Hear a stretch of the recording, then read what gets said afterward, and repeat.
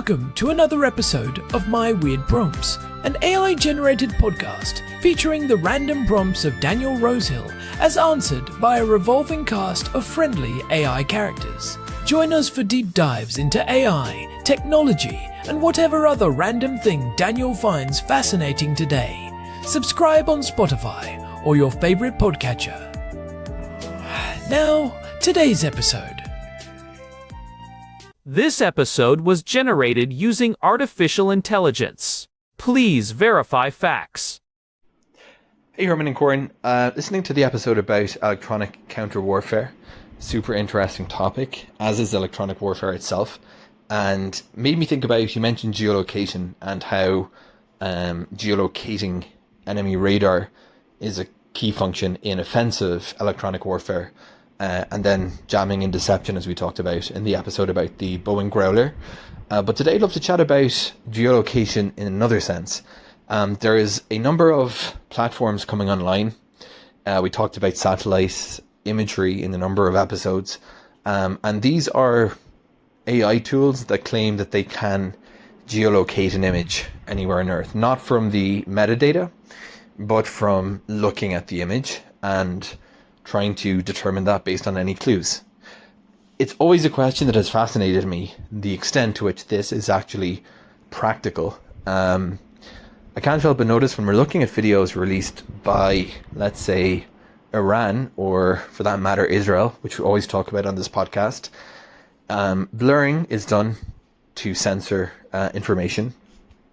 And, you kind of expect that military facilities would be blurred.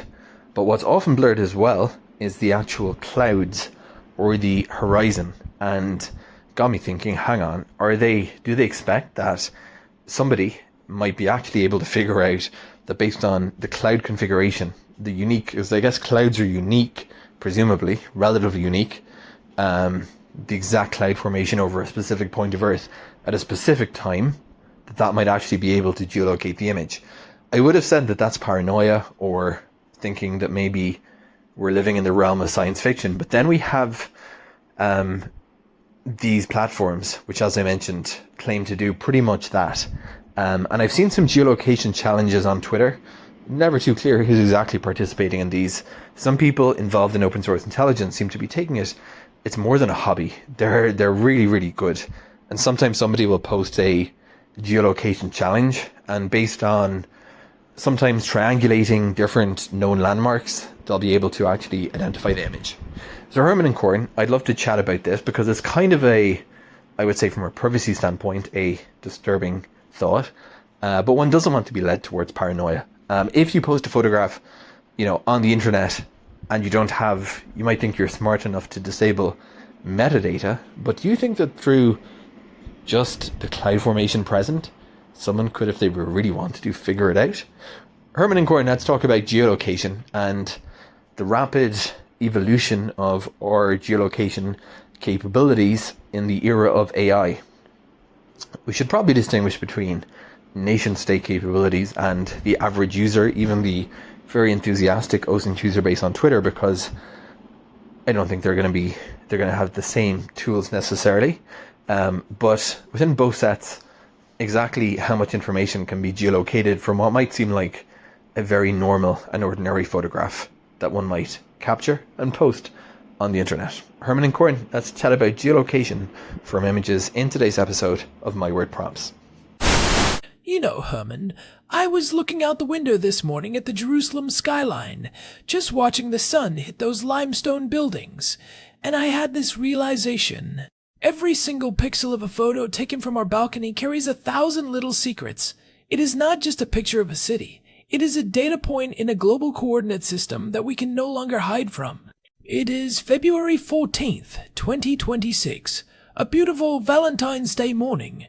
But all I can think about is how the very light hitting those stones is a time-stamped signature of our exact position on the planet. You're right, Corn. That's a poetic, if slightly paranoid, way to start the day. But you are absolutely right. The world has become a giant jigsaw puzzle, and the pieces are getting smaller and easier for machines to fit together. I am Herman Poppleberry, and today on My Weird Prompts, we are diving into the terrifyingly impressive world of modern geolocation. Our housemate Daniel actually sent us a fascinating prompt about this very thing. He was asking about the evolution of geolocation, specifically in the era of artificial intelligence, and how the background noise of our lives has become a forensic map. And Daniel pointed out something I had never really noticed before, even though I see it all the time in news footage. He mentioned that in some military videos, particularly those coming out of high conflict zones or sensitive testing sites, you see the clouds and the horizon being blurred out. It sounds like something out of a spy novel, but he wanted to know if you can actually geolocate a photo based on unique cloud formations. That blew my mind. I mean, clouds move. They change every second. How can a vaporous shifting mass be a fingerprint?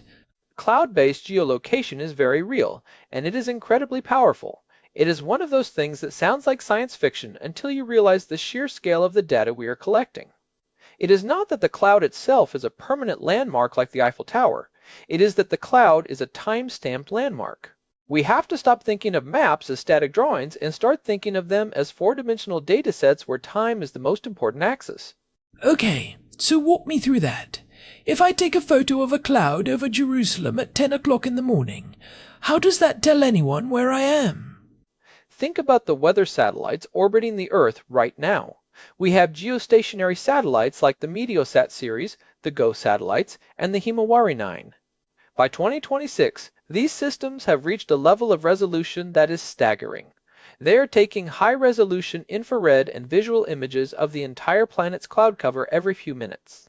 If you post a photo with a distinct cloud pattern, say a specific cluster of cumulus fractus or a unique wave pattern in a cirrus layer, an investigator or an artificial intelligence can cross-reference your photo with the satellite archives for that specific day and hour. So they are basically playing a giant game of match the shape?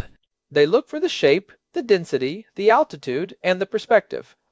Because the satellite is looking down and you are looking up, the artificial intelligence has to perform a geometric transformation to see if the bottom of the clouds in your photo matches the top of the clouds seen from space. If the pattern in your photo matches the pattern seen from space over a specific coordinate at a specific time, they have got you. It narrows the search area from the entire planet to a few square miles in seconds. That is terrifying in a very technical way. So when the military blows the clouds, they are not just hiding the weather or the pretty sunset. They are hiding the when and the where simultaneously. They are breaking the link between the image and the satellite record. That's right. It is a defense against what we call open source intelligence, or OSINT. In the old days, you needed a massive intelligence agency with a room full of supercomputers to do this. Now, you just need a subscription to a satellite data feed and a clever Python script. It is about removing any uniqueness from the image. If you blur the horizon, you remove the topography, the mountain ranges, the tree lines. If you blur the clouds, you remove the temporal fingerprint. You are essentially trying to turn a specific place into a generic anywhere. It feels like we are losing the ability to just exist in a space without being indexed. But Daniel also mentioned these new artificial intelligence tools that claim they can locate an image from anywhere on Earth based just on visual clues, without any metadata. We have all seen the people on social media, like that guy Rainbolt, who can find a random patch of grass in 5 seconds. Is that just human intuition, or is the artificial intelligence actually better at it now?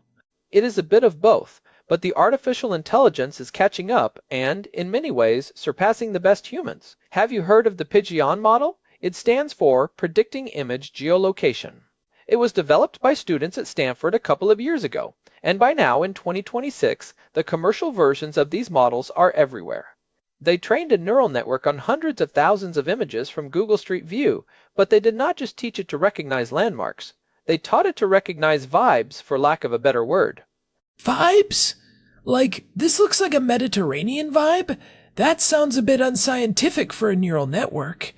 It sounds that way, but it is actually deep semantic analysis. The artificial intelligence learns to recognize the specific shade of red in the soil, which tells it about the mineral content of the region. It looks at the way the power lines are constructed. Are they wooden poles or concrete? Are the insulators ceramic or plastic? It looks at the type of foliage. Is that a specific subspecies of eucalyptus that only grows in Western Australia? It even looks at the language on the road signs, the color of the license plates, and the specific font used on public notices. I remember seeing a demonstration where the artificial intelligence could tell the difference between two very similar-looking rural roads just by the type of gravel used in the shoulder. It is that level of specificity that is changing the game. But what happens when you do not have a road? What if it is just a photo of a forest or a desert? That is where it gets really impressive. There is a tool called GeoSpy that a lot of people are talking about lately. It uses a combination of visual recognition and topographical mapping. If there is a mountain in the background, the artificial intelligence compares the silhouette of that mountain against a global digital elevation model. It is basically doing a digital overlay until the shapes match perfectly. It can account for the lens distortion of your camera and the atmospheric haze. It is like having a person who has memorized the shape of every mountain on Earth. So, essentially, the Earth's surface is its own metadata. We used to rely on EXF data, the hidden text in a photo file that says, taken at these coordinates. We thought deleting that made us safe. But what you are saying is that the image itself is the coordinate. The pixels are the global positioning system. That is the big shift. We are moving from metadata-dependent geolocation to content-only geolocation. And for nation-states, this is a massive advantage. They have access to classified sub-meter resolution satellite imagery that is updated almost constantly. If a nation-state wants to find where a video was filmed, they are not just using the tools available to you and me. They have all-source intelligence. They can match the shadows in your photo to the exact minute of the year using chronolocation. Chronolocation. I love that term. It sounds like something out of a time travel movie. Explain how that works for the listeners, because that feels like one of those insider secrets that people need to understand. It is actually quite simple in principle, but incredibly difficult in practice without artificial intelligence. Every object on Earth casts a shadow. The length and the angle of that shadow are determined by three things: the height of the object, the time of day, and the geographical location. If I have a photo of you standing next to a lamppost in Jerusalem, and I can see the shadow of that lamppost, I can calculate the sun's position in the sky. So, if you know the date, you can find the place. If I know the date, say, today, February 14th, and I can see the angle of the shadow relative to a known landmark or even just the orientation of the street, I can narrow down your location to a very specific corridor on the Earth's surface. Combine that with the visual clues of the buildings around you, and I can pin you down to the exact street corner. There are tools like SunCalc and Shadow Calculator that OSINT enthusiasts use, but the military versions can do this automatically for every frame of a video. And if you have artificial intelligence doing that calculation across millions of possibilities in seconds, then the haystack disappears and you are just left with the needle. It is why you see people being so careful now. Even a reflection in someone's sunglasses or the reflection in a window can provide enough visual data for an artificial intelligence to reconstruct the environment. There was a famous case a few years ago where a Japanese pop star was geolocated by a stalker who looked at the reflection in her pupils in a high-resolution selfie. He saw the reflection of a train station sign and used that to find where she lived. That is absolutely chilling. It makes me think about the OSINT community. You mentioned them earlier. These are often just enthusiasts, right? People who do this as a hobby. Daniel mentioned the challenges on social media where people compete to find locations.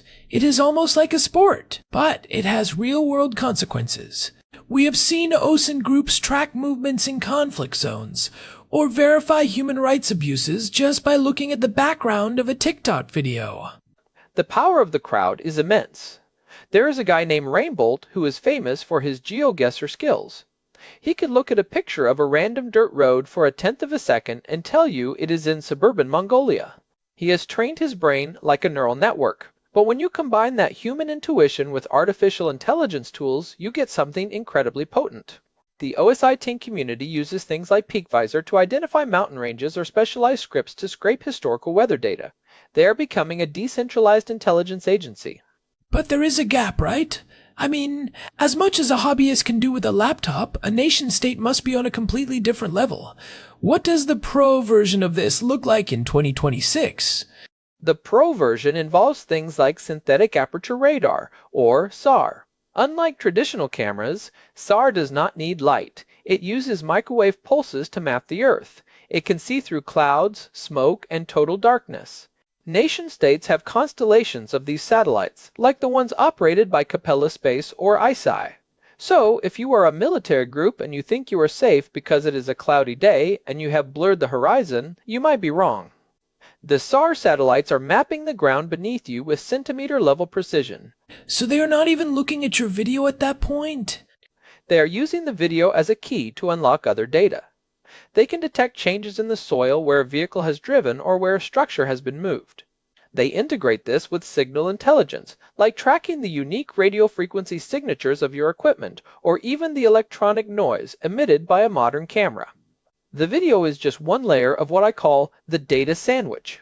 For a nation-state, the visual geolocation is often just a confirmation of what their other sensors are already telling them. This brings up a big privacy question. If an ordinary photograph contains this much information, is there any way to actually protect yourself? Or are we just living in a world where private location is an oxymoron? It is becoming very difficult. You can strip the metadata, which you should still do, because it is the low-hanging fruit. But to truly hide, you have to be conscious of the environment. You have to avoid unique landmarks. You have to be careful with shadows. You have to make sure there are no reflective surfaces. In a way, we are all having to learn the tradecraft of spies just to maintain a basic level of privacy. It is funny you say that. I remember reading about how some high-profile individuals now have neutral rooms in their houses specifically for taking photos or doing video calls. Just plain white walls, no windows, no distinctive molding on the baseboards. It is a non-place. A non-place. That's a great term for it. It is the only way to defeat a global artificial intelligence that has memorized the texture of every sidewalk on the planet. But even then, if your phone is in your pocket, the accelerometer and the barometer are recording data. The barometer can tell your altitude based on air pressure. If you are on the 40th floor of a building in New York, the air pressure is different than if you are on the ground floor. And artificial intelligence can match that pressure reading to local weather station data to figure out exactly which floor you are on. We are surrounded by witnesses. Let's go back to the ordinary photo for a second. Let's say I take a picture of a flower in a park. No buildings, no mountains, no clouds. Just a flower and some grass. Can an artificial intelligence find that? Surprisingly, yes. It is called biogeography. Different species of plants grow in very specific soil types and climates. If that flower is a specific subspecies that only grows in a certain part of the Judean hills, and the soil color matches the iron-rich terra rossa of this region, the artificial intelligence can narrow it down to a few square miles. If there is a specific type of insect in the frame, that is another data point. If there is audio in the background, the artificial intelligence can analyze the soundscape, the specific frequency of the wind through the trees, or the distant hum of a specific type of electrical transformer. It is all about the intersection of probabilities. The intersection of probabilities. That's the key phrase right there. It is not that one thing gives you away. It is that 10 small things, when combined, can only exist in one place on Earth. That's it. And artificial intelligence is the perfect tool for finding that intersection. Humans are good at seeing the big things, like the Eiffel Tower. Artificial intelligence is good at seeing the 10,000 small things that we do not even register as information. It is looking at the semantic segmentation of the image, breaking it down into categories like asphalt, limestone, pine needle, and power line, and then searching a global database for where those things coexist. It is a bit overwhelming, to be honest, but I think it is important for people to understand that this isn't just about Big Brother or the government watching you. This technology is being democratized. The same tools that a human rights group uses to find a hidden prison in a remote desert are the same tools that a stalker could use, or a private investigator, or even just a curious neighbor. That is the double-edged sword of the era we are in. Transparency is great when it holds power to account.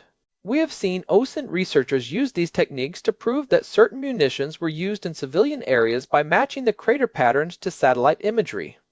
But it is devastating when it erodes the right to be forgotten or the right to be anonymous. We are living in a global panopticon, but the walls are made of our own data.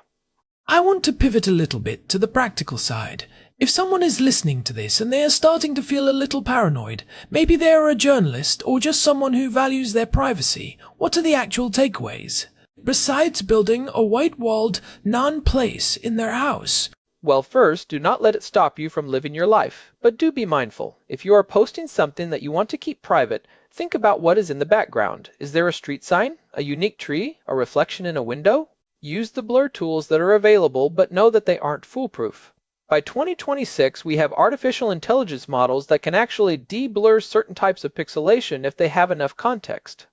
They use generative adversarial networks to hallucinate the most likely original image. Wait, really? They can reverse a blur? That sounds like the enhance button from bad 80s movies. It is exactly that, but it actually works now. If it is a simple Gaussian blur, the artificial intelligence can sometimes guess the original pixels based on the surrounding data and its knowledge of what typical objects look like. It is much better to black out or crop out sensitive information rather than just blurring it, and of course be aware of the temporal clues. If you post a photo of a beautiful sunset with a very specific cloud formation, you have just given away your longitude and the exact time you were there. Maybe wait a few days to post it or don't mention the date. That's a good tip. Post dating your life to break the temporal link. It is like a digital version of leaving a cold trail. Right. And honestly, just being aware that this is possible is half the battle. Most people still think of photos as just images.